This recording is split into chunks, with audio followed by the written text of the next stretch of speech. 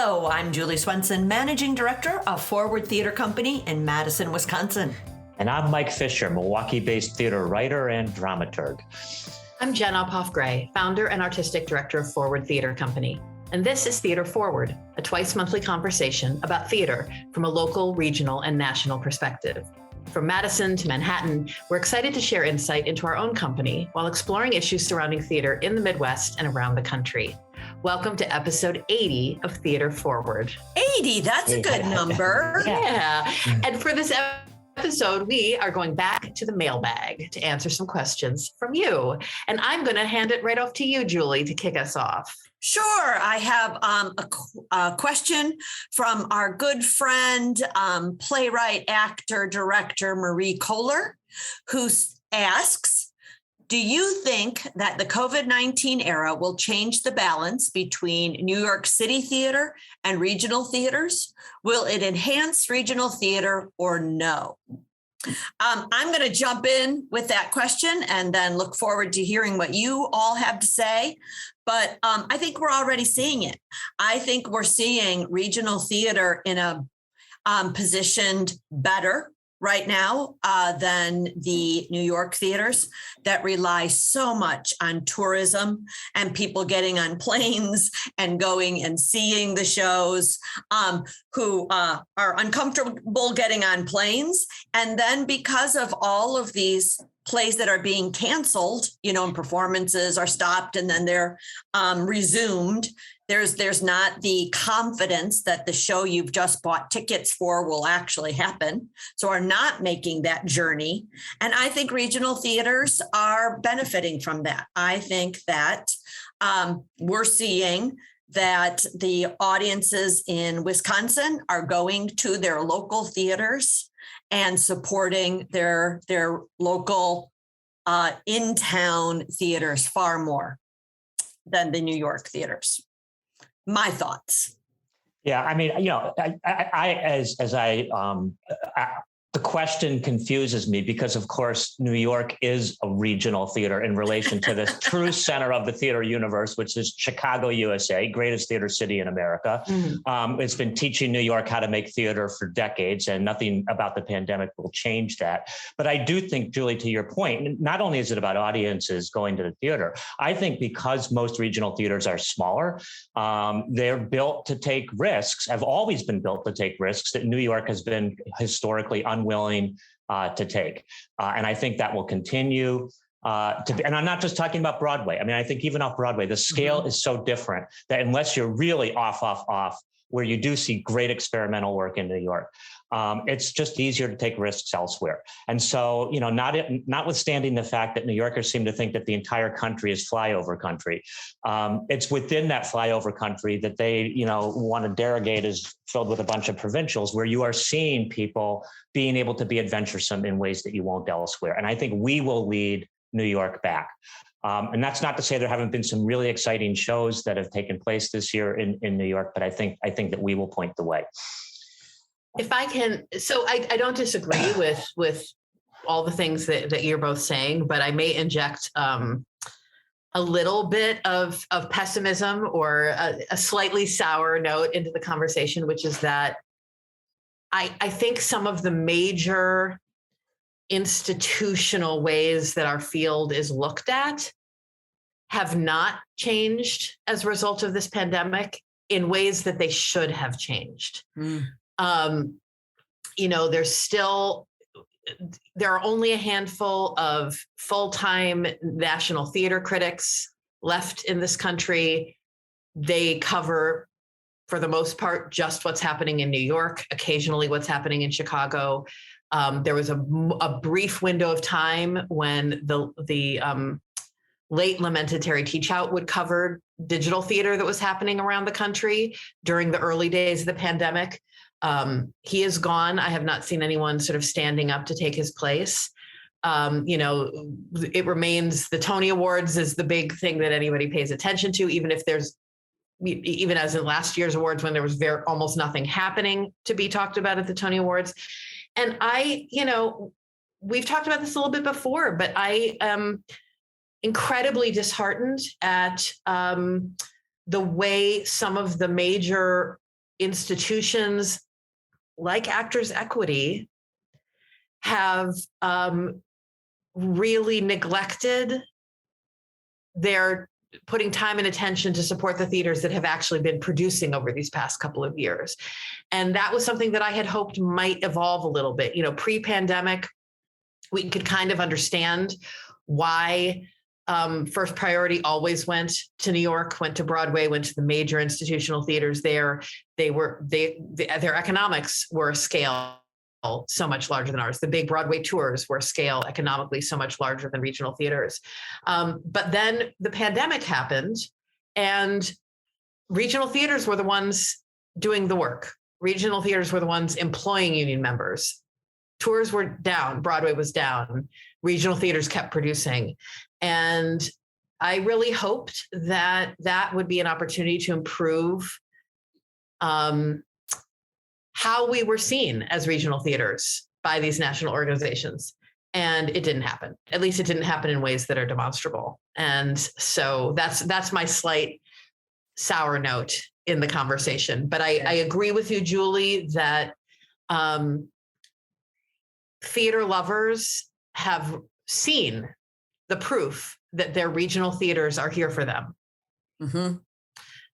And these past couple of years have really underlined that message. And I hope that those audiences will double down on their support for us as we go through these next few kind of scary rebuilding years. Right. Yeah. Yeah. All fair. I agree don't with you, disagree Jen. with Denny. Yeah.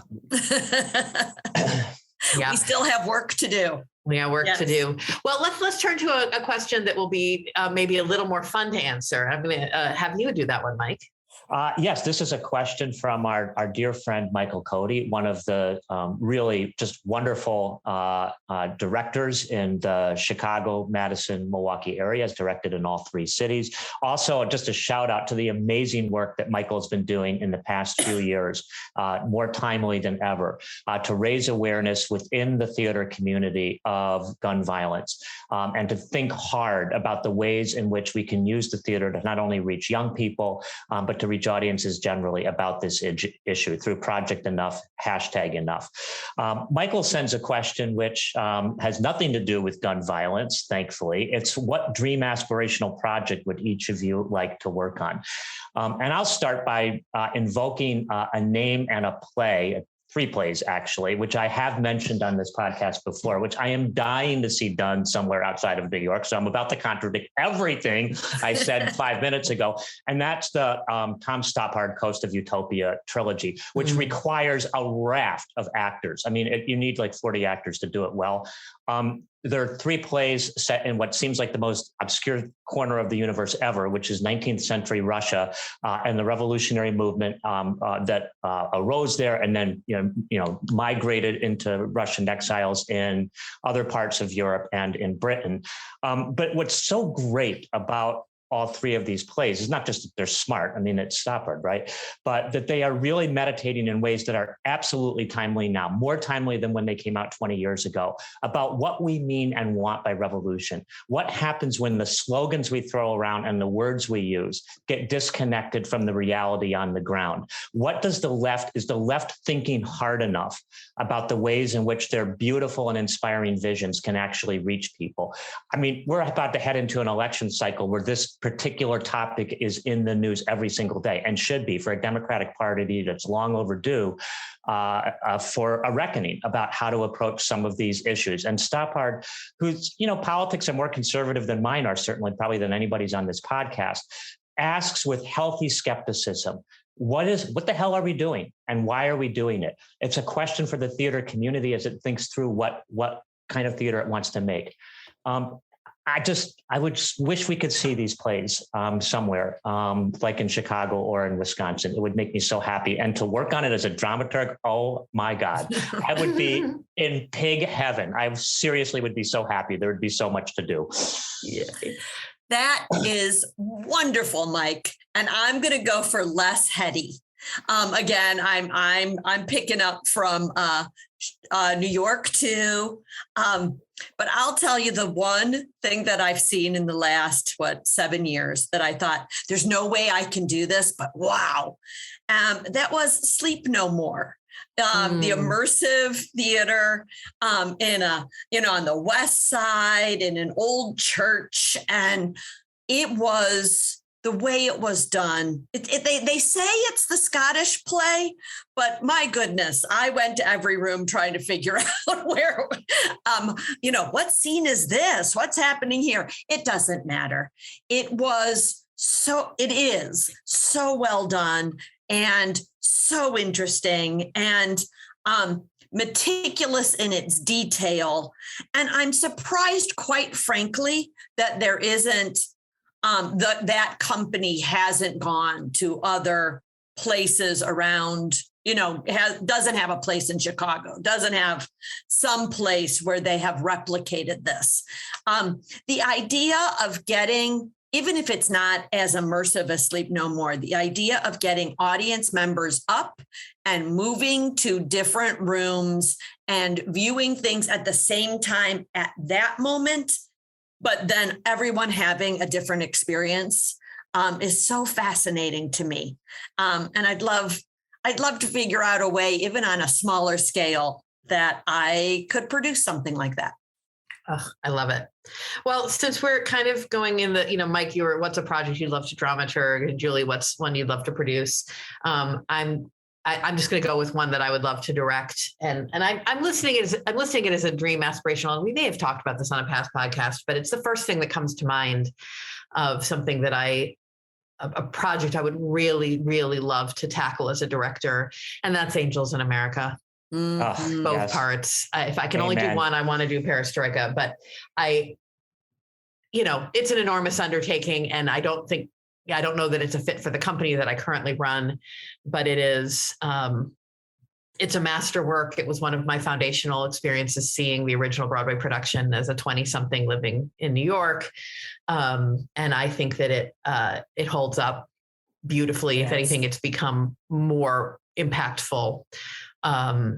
And yeah, I don't know if I need to say much more about it, but that's my dream aspirational project is both parts of Angels in America. Now we've thrown this down, and I'm hearing that we could, this might be the dream aspirational project, but come on, we can figure out how to do that. Right. Right? We have partners in this state. Yeah, it'll stay in the back pocket.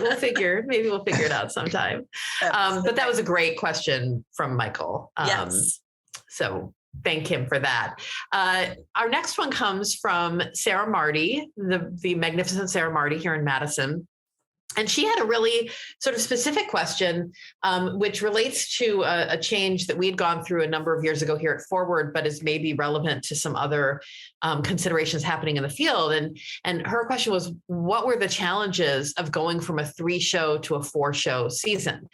Because Forward had originated doing 3 shows on our main stage from the beginning. And then in our 10th season, we went to a 4-show main stage season. And that's where we've been ever since. And so that's kind of a fun logistical question. I can say just in terms of what we did at Forward, from the very beginning, in the back of our minds, we thought that a 4-show season was the right size for our community in terms of big enough to make sense in terms of amortizing all of our seasonal costs, and allowing us to employ more people and have a little more flexibility and freedom in our programming, but small enough to be able to retain our subscribers, because we have a really strong and loyal subscriber base. And I think once you start getting up to 5-6 shows a season, you got to start offering 3-play or 4-play packages. You can't, our lives are much simpler being able to say, nope, you subscribe or you don't for our size company and our size city. So 4 was always the goal, but we really, really wanted to make sure that we had built in the financial stability to take on because again, you don't make money doing nonprofit theater. And so we wanted to make sure that the donor support and the foundation support from grants and such, the government support, which, if you take COVID out, is nothing, next to nothing. Shouldn't say nothing, but less than 1% of our budget. Mm-hmm. So we wanted to make sure that those non-ticket revenues were really ready to support the extra expenses of a fourth production.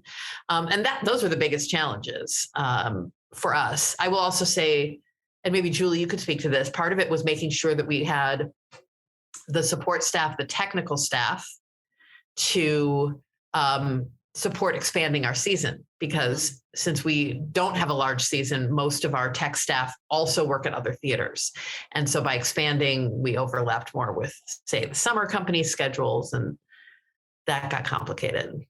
Well, there were certainly those kind of considerations that does get complicated, the backstage. We also at the same time went fully union in terms of our load in for lights.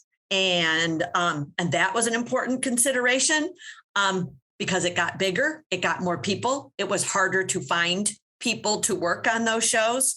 So every consideration was more expense, with hopefully the residents to our patrons and the appreciation of that, which we saw. People jumped on that. We went from our 3 to 4 play season, and subscribers stayed.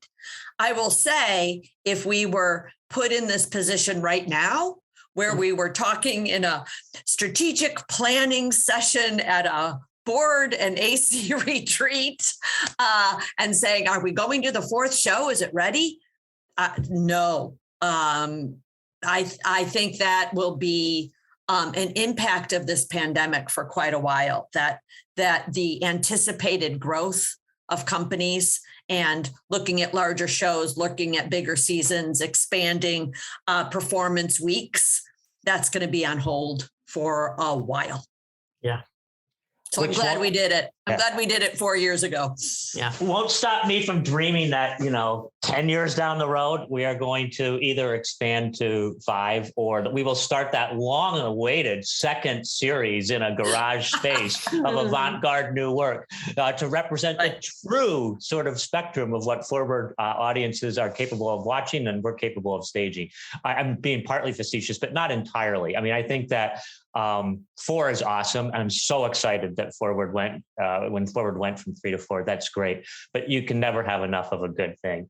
Right. Just a person that's not in the chair having to produce and direct it. But can I say that our regular kind of the stump speech is that we do 4 shows. We don't. We actually do 5, because we do our monologue festival and then we do our Wisconsin Rights, which is it's not an, and this is our easy thing that we throw together.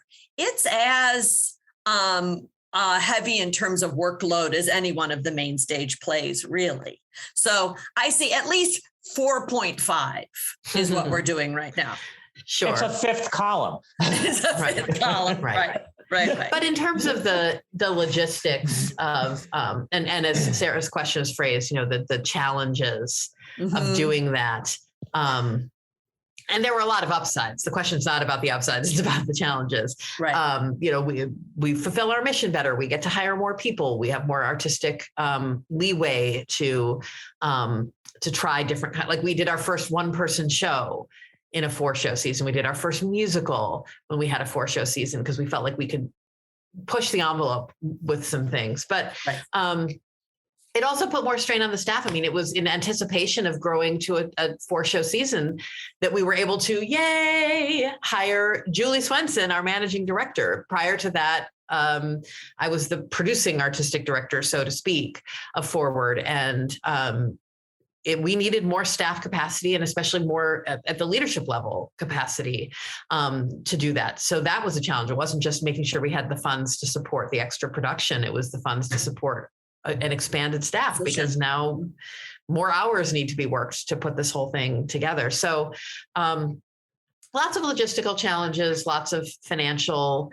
considerations. I am glad that we went slow and steady to get there, because I think that helped us have the reserves and the foundation that were able to support us when the year after we went to a 4-show season, we hit the pandemic. So I hope that answers Sarah's question. I'm so, these are such great questions people have sent. And, this is a little quick plug that continue to send questions our way, because we will do another mailbag episode at some point in the not too distant future.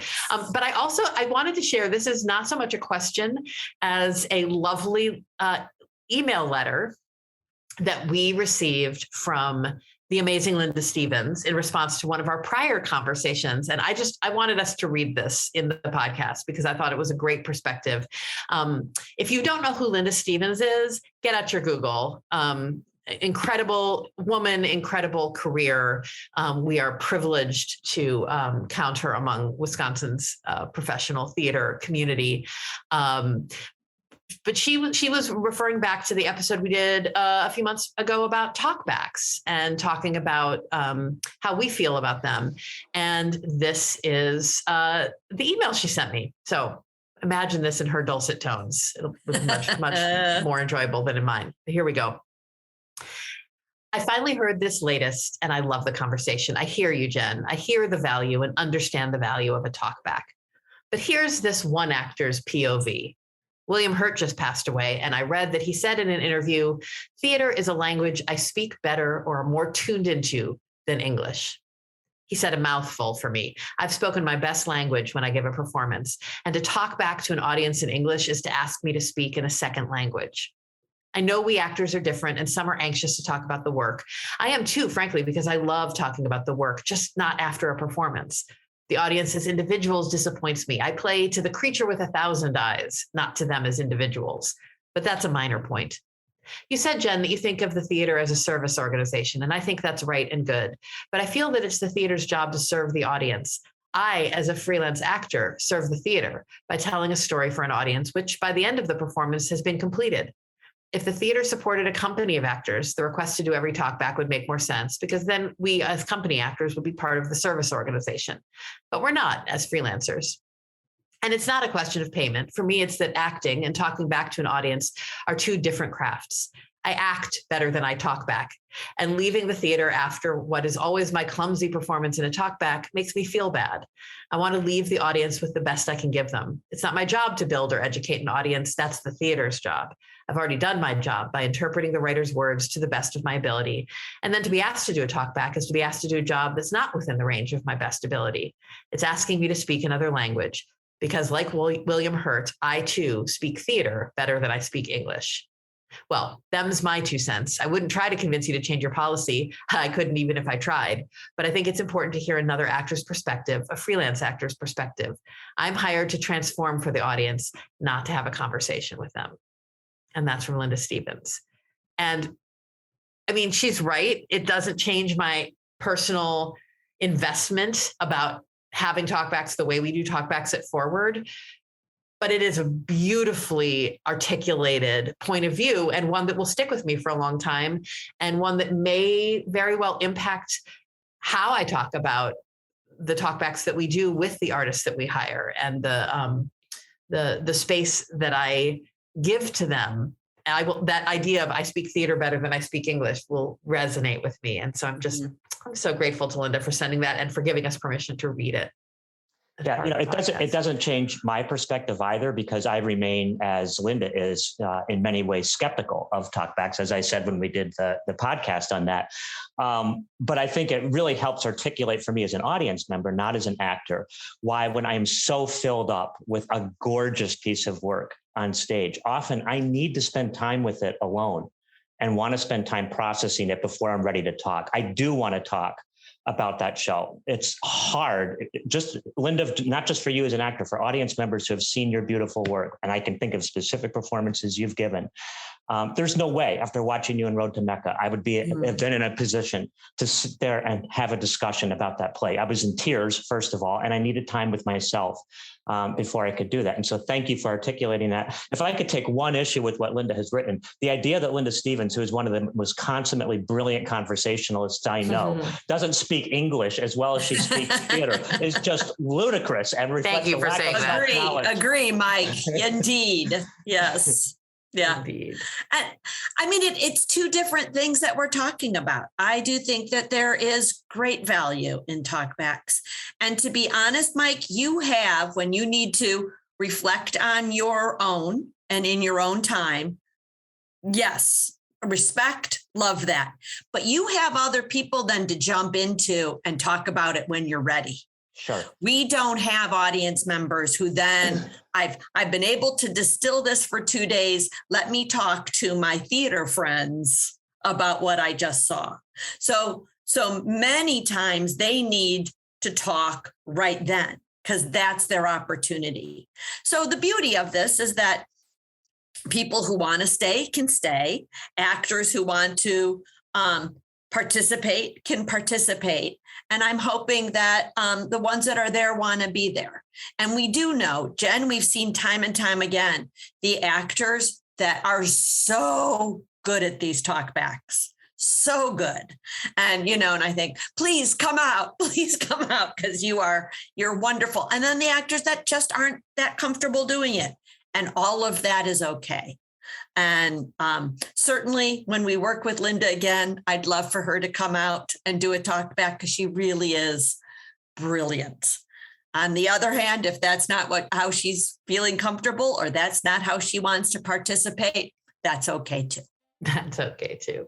Well, that's it for the questions and letters that we have today. Again, please feel free to send either our way at Theater Forward. We would love to hear from you, but we will say that is it for this episode. A conversation about theater in Wisconsin, the Midwest, and America. Thank you so much for joining us. I'm Jen Uphoff-Gray. I'm Julie Swenson. And I'm Mike Fisher. Our podcast is produced by Scott Hayden. You can follow us or share your thoughts or talk back to us as we encourage you to do for future Mailbag episodes on Facebook or Twitter. That's at Theater Forward. And as always, theater is spelled with an ER. No room for talk back on that. That's just the way it is. And if you enjoy this podcast, don't forget to subscribe to us on Apple Podcasts or wherever you might tune in. And please be sure to leave a comment. We would love to hear from you. Questions are encouraged. We're so grateful to have you listening, and we will be back soon for another Theater Forward conversation.